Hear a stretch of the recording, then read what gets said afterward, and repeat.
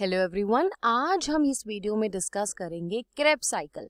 अब Krebs cycle बहुत ज़्यादा इम्पॉर्टेंट है, चाहे आप अपने एग्जाम के लिए कंसिडर करें, चाहे आप नीट के लिए कंसिडर करें या आगे की पढ़ाई के लिए भी।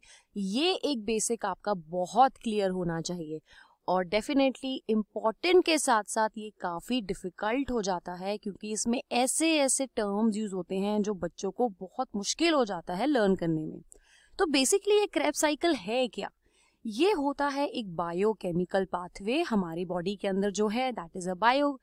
तो केमिकल, क्योंकि इसमें एंजाइम्स इन्वॉल्व रहते हैं, इसी को हम TCA साइकिल भी बोलते हैं, that is carboxylic acid cycle. अब ये एक इंटरमीडिएट है सिट्रिक साइकिल का, जैसे मैं आपको आगे एक्सप्लेन करूंगी। तो बेसिकली अगर मैं जनरली मोटा मोटा बोलूं, इस साइकिल में क्या होता है, तो जो भी हमारा एसिटाइल कोए है, हम खाना खाते हैं, क्यों खा रहे हैं? क्योंकि हमको चाहिए एनर्जी, और बॉडी में हर सेल को किस फॉर्म में चाहिए एनर्जी? ATP की फॉर्म में। तो सारा कार्ब्स, प्रोटीन, फैट्स अल्टीमेटली यहाँ पे बन जाता है एसिटाइल कोए, जिसकी ऑक्सीडेशन से हमें मिलती है energy in the form of ATP, जिसका एक पार्ट जो फॉलो करता है दैट इज क्रेब्स साइकिल। अब ये क्रेब्स साइकिल माइटोकॉन्ड्रिया में होती है यूकैरियोट्स के केस में, और साइटोसोल में होती है प्रोकैरियोट्स के केस में। तो अब ये कहाँ पे कंबाइन हो रही है बेसिकली? अब ग्लूकोज, जो कि मुझे पता है जितना भी हमारा फूड है, कार्बोहाइड्रेट्स है, वो अल्टीमेटली एक 6 carbon molecule that is glucose में ब्रेक डाउन होता है। ये ग्लूकोज फाइनली ग्लाइकोलिसिस के प्रोसेस से ब्रेक होता है पायरोवेट में। अब ये 2 पायरोवेट बना रहे हैं, 2 हो गए, तो यहाँ पे क्या है, ये 3 कार्बन मॉलिक्यूल का एक यहाँ पे मुझे मिलता है। अब यही पायरोवेट फर्दर कन्वर्ट हो जाता है एसिटाइल कोए में, जो कि एक 2 कार्बन मॉलिक्यूल है। अब सिंपल सी बात है, 3 से 2 कार्बन मॉलिक्यूल हो गया, तो यहाँ पे एक रिलीज हो रहा होगा डेफिनेटली, जो यहाँ पे कार्बन डाइऑक्साइड रिलीज हो रही है। उसके साथ में यहाँ पे रिलीज हो जाता है NADH। अब NADH चाहे हमारा FADH, कुछ अमीनो एसिड्स, ये सब हमको मिलते हैं क्रेब्स साइकिल में, जिसके लिए फाइनली हम यूज करते हैं उसे ATP को बनाने में। अब ये एसिटाइल कोए क्या करता है, एक 4 कार्बन मॉलिक्यूल है जिसको हम बोलते हैं ऑक्सैलो एसीटेट। इसके साथ ये कर जाता है कंबाइन और बना देता है सिट्रेट। ठीक है, अब ये सिट्रेट क्या है, एक 6 कार्बन मॉलिक्यूल है, तो ये 4 और 2 मिला के एक 6 कार्बन मॉलिक्यूल बना दिया। अब यही है मेरी सिट्रेट साइकिल का, मैंने क्या बोला था, इंटरमीडिएट है। तो यहीं पे ये साइकिल इस तरीके से शुरू होती है और कंटिन्यू होती रहती है। क्यों?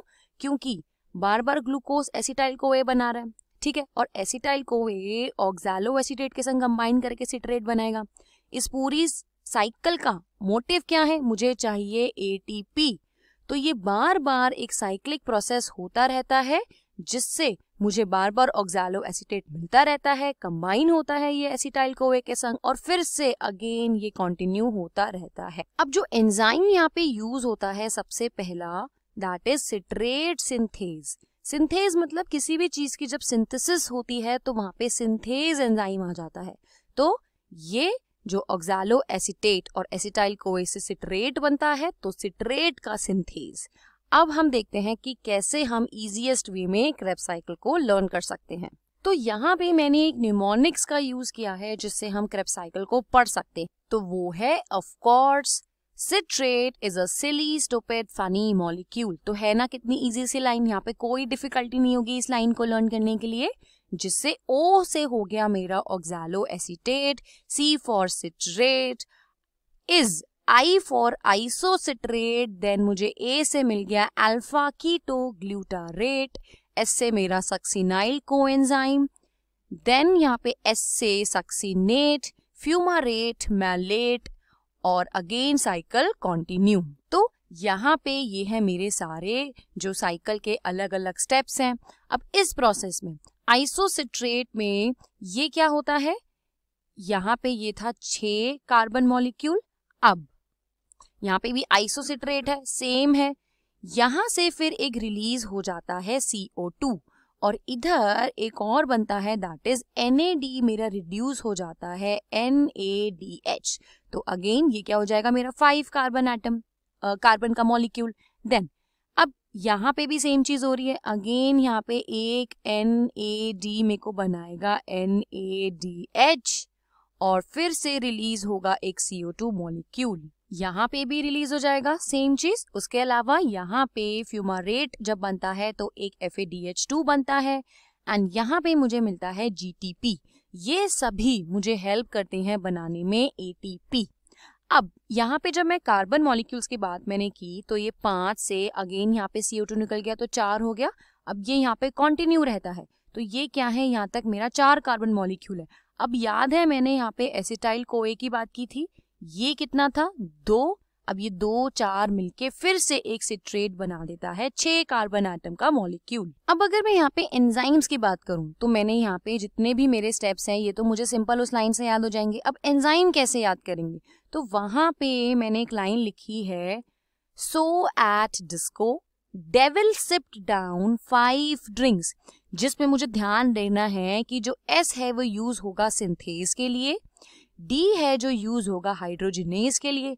सिर्फ 2 मुझे यहाँ पे डिफरेंट मिलेंगे, दैट इज A और मेरा F। अब देख लेते हैं यहाँ पे कौन कौन से एंजाइम्स हैं। तो सबसे पहले अब अगेन फिर से हम स्टार्ट करेंगे जैसे हमने ऑफ कोर्स से स्टार्ट किया था, यहाँ पे भी हम सो से स्टार्ट कर रहे हैं ऑक्सैलो एसीटेट से। तो यहाँ पे मैंने सबसे पहले देखा था कि जो सिट्रेट बनाता है एसिटाइल कोए और ऑक्सैलो एसीटेट मिलके तो सिट्रेट बन रहा है, तो क्या हो रहा है सिट्रेट की सिंथेसिस, तो सिट्रेट सिंथेज। और मैंने अभी बोला था S को मैं क्या लूंगी, सिंथेज, ठीक है।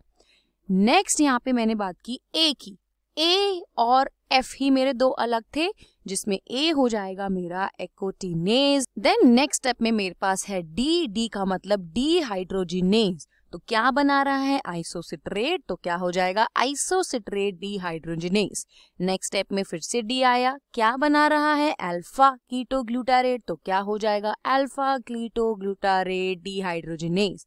नेक्स्ट फिर से S मतलब सिंथेज, कौन बना रहा है सक्सिनाइल कोए, तो क्या हो जाएगा सक्सिनाइल कोए सिंथेज। अगेन D आ गया, कौन सक्सिनेट डिहाइड्रोजिनेज। F मेरा अलग है, इसको लर्न करना पड़ेगा, फ्यूमारेज, इतना मुश्किल नहीं है, फ्यूमारेट से बनता फ्यूमारेज। अगेन मैलेट का है मेरे पास D, मैलेट डिहाइड्रोजिनेज। तो ये हो गए मेरे सारे एंजाइम्स भी लर्न। तो बहुत इजी था क्रेब्स साइकिल को पढ़ना। Thank you.